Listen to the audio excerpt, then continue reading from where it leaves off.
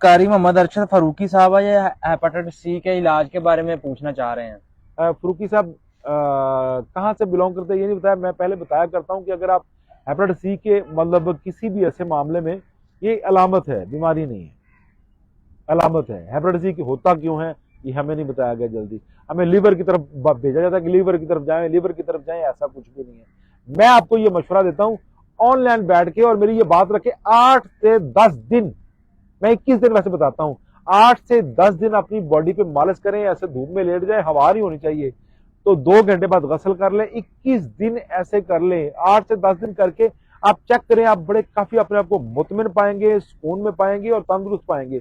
21 दिन कर ले, मेरे अल्लाह के हुक्म से इंशाल्लाह हेपेटाइटिस सी का जाके टेस्ट कराएं और फिर मुझे चैलेंज से आगे दिखाइए। अगर क्लियर ना हुआ तो हम हिकमत छोड़ देंगे। जी सर। ये अजहर साहब है, इनकी उम्र 50 साल है। ये कह रहे मेरी शुगर मसलसल ज्यादा रहती है, तो उसके लिए मुझे कोई नुस्खा बता दें। मैं नुस्खा नहीं बताऊंगा शुगर के लिए, क्योंकि शुगर वाले हमारी जो है ना बातों पे मुतमिन नहीं है। तो मैं उनको एक ही चीज गोश गुजार करूंगा कि प्यारे भाई आप खाने लंबे शोरबे वाले शुरू कर ले, मैदे की बनी हुई चीजें छोड़ दें। मेरे काफी सारे दोस्त हैं बाबा जो सिटी लाइफ गुजारते हैं, शहर में रहते हैं, सुबह उठते हैं ब्रेड, और ब्रेड के ऊपर जैम। अब जैम पता नहीं किस चीज का बना हुआ है। ਬਈ ਪੰਜਾਬੀ ਚ ਦੱਸਦੇ ਆ, ਤੁਸੀਂ ਗੁੱਸੀਆਂ ਰੋਟੀਆਂ ਖਾਂਦੇ ਹੋ, ਕੱਲ ਪਰਸੋਂ ਦੀਆਂ ਰੋਟੀਆਂ ਖਾਂਦੇ ਹੋ, ਤੁਸੀਂ ਤਾਜ਼ੀ ਰੋਟੀ ਸਵੇਰੇ क्यों नहीं बना के खाते? सुबह फ्रेश खाना बनवा के, फ्रेश आटा गूंद के, तो आप रोटी बनवा के क्यों नहीं खाते? आप क्यों ब्रेड खाते हैं?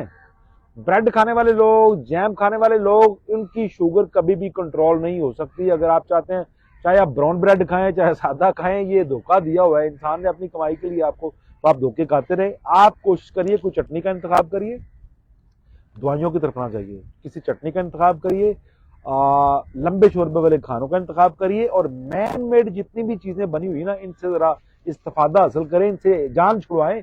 ये चीजें इस्तेमाल ना करें, रेडनेस वाली चीजें इस्तेमाल करें। मैं आपको गाजर का जो है ना जूस या गाजर खाना जो है ना मैं रिकमेंड करता हूं। अगर आपको शुगर ज्यादा लगे तो भाई गाजर ना इस्तेमाल करिएगा। अगर आपको लगे नॉर्मल मामला है तो आप गाजर का जूस पी के चेक करें, चटनी इस्तेमाल करें, शोरबे वाले खाने इस्तेमाल करें।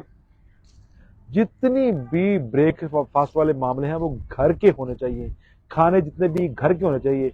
और आपको स्पेशली ये रिकमेंड करता हूं कि वाइट आटा इस्तेमाल ना करें, ब्राउन आटा इस्तेमाल करें, और कोशिश करें अपनी गंदम लेके पसवाएं ताकि आप सेहतमंद रहें, तंदुरुस्त रहें। अब आप आ जाएं दवाई की तरफ।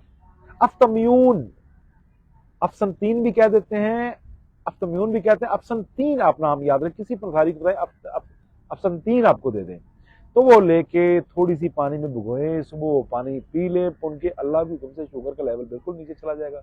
अगर आपने खाने शोरबे वाले शुरू कर लिए तो मैं आपसे वादा करता हूं कि आपकी शुगर जो है ना ये नॉर्मल रेंज में आ जाएगी। अगर आपने चस्के वाले खाने खाए, होटलिंग की आपने, तो गैर शरी आपने खाने शुरू कर दिए, तो फिर भाई शुगर नहीं, फिर आपको दवाई खाना पड़ेगी। दवाई से जान अगर छुड़ानी है तो अपनी कब्ज को जो है ना क्लियर रखें। अक्सर हम बिजनेस करते हैं, कारोबार करते हैं, अगर उसका आउटपुट हो तो हम वो कारोबार रन में रखते हैं, चलाते रहें। अगर उसका आउटपुट नहीं ना हो तो फिर हम वो कारोबार छोड़ देते हैं। तो आउटपुट आपका पखाना है भाई। अगर डेली आपको पखाना आता है, एक मरतबा आता है तो आप तंदुरुस्त है। अगर डेली आपको पखाना 2 से 3 से 4 मरतबा आता है या नहीं आता तो आप तंदुरुस्त नहीं है। तो कोशिश करिए अपने खानों की तरकीब इस तरह से कर लें, ऐसी गजा हरगज ना खाएं जो आपकी शुगर को बढ़ाती है। जब आपकी शुगर बढ़े तो आपको देखना चाहिए कि इससे पहले मैंने खाना क्या खाया है, मैंने क्या यूज किया है, वो चीजें बंद कर दें, थोड़ी सी अक्लो दानश्वरी इस्तेमाल करना शुरू कर दें, इंशाल्लाह बिल्कुल शुगर जो है नॉर्मल हो जाएगी। दवाइयों की तरफ ना जाएं, गजाओं की तरफ आप आए। जी सर। जी